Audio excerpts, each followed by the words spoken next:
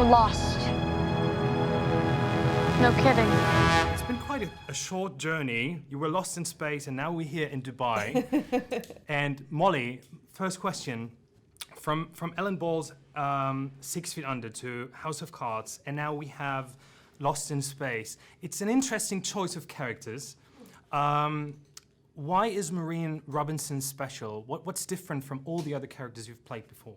My goodness, you know, Maureen is the matriarch of this family, and Lost in Space is, you know, it's essentially a huge adventure about this, but at the heart of it is the dynamics between this family. And I think I wasn't familiar with the original. I mean, I'd heard about it, but I'd never seen it. And so when I read the script, what I really loved about it was just the sort of nuance and depth that the characters had. So, you know, I'm not a sci-fi fan, or I haven't been so far in my life. Interesting. Sorry, I know that's not supposed to say that, very controversial, but... I mean, you're still young. You can still, you know, watch Star Trek. Thank you so much. That's very kind of you to say. But I really just related to this family. And for me, the family felt like families that I know. You know, they're not the perfect nuclear family.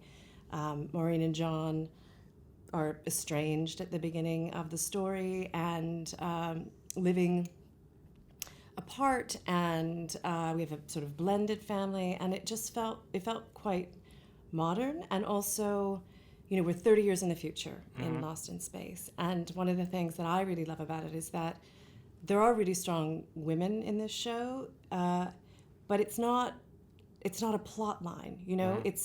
I think we assume or hope that 30 years in the future, we don't even need to mention that these women can do any job that the men can do. It's not a question anymore, and I really love that. Nice.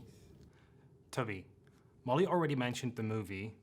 What kind of extra spin? I mean, you are the dad of the family. What kind of extra spin are you two as the parents delivering, compared to the movie maybe even, in terms of character development, storytelling, to make this story? Because Robinson Crusoe is, I don't want to say centuries old, but it's a very old tale, being lost in space or on an island. What extra spin are you delivering to make this tale more appealing to a new audience? Well, I think the premise is the same. We're respectful to not only Robinson Crusoe, but also the original series of Lost in Space, in that it is about a family that is in this perilous situation, in this, you know, unknown universe. But what I think grounds it is the fact that it is a real family, as Molly was saying. It's not some apple pie ideal American family. It's like a real family that we can all identify with, because every family has its issues, its problems, and you know, every childhood has its issues and problems. And so I really love that, the fact that it's this real family with real issues that is transplanted into this extraordinary situation. And I think that remains loyal to the original stories, but I think the spin that we add is that it's a very modern family, and we're not trying to hide the complexities of you know, families. Yeah, and it was something we talked about a lot when we were doing it, and sort of, you know, just how important that their relationship had depth and was complicated, and that, you know, we're both parents, and that parents we know would relate to it and relate to their struggles and the resentment and the and just because you need to care about these them, people, Yeah. or all of What's the the point? visual effects in the world don't really True. get, you know. And so what I'm quite proud of is that I do think this show combines both this huge adventure and spectacular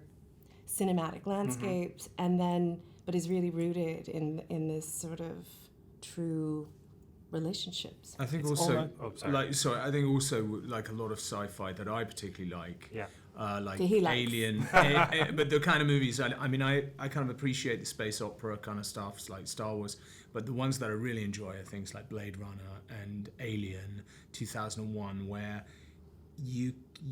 it's not such a giant leap. It's not fantasy. Yeah. It's rooted in some kind of science, and that there's some kind of, you can imagine a future where actually it's not beyond the realms of possibility that this could happen. And I kind of like that as well, that it's rooted in real science, it's rooted in something that could happen.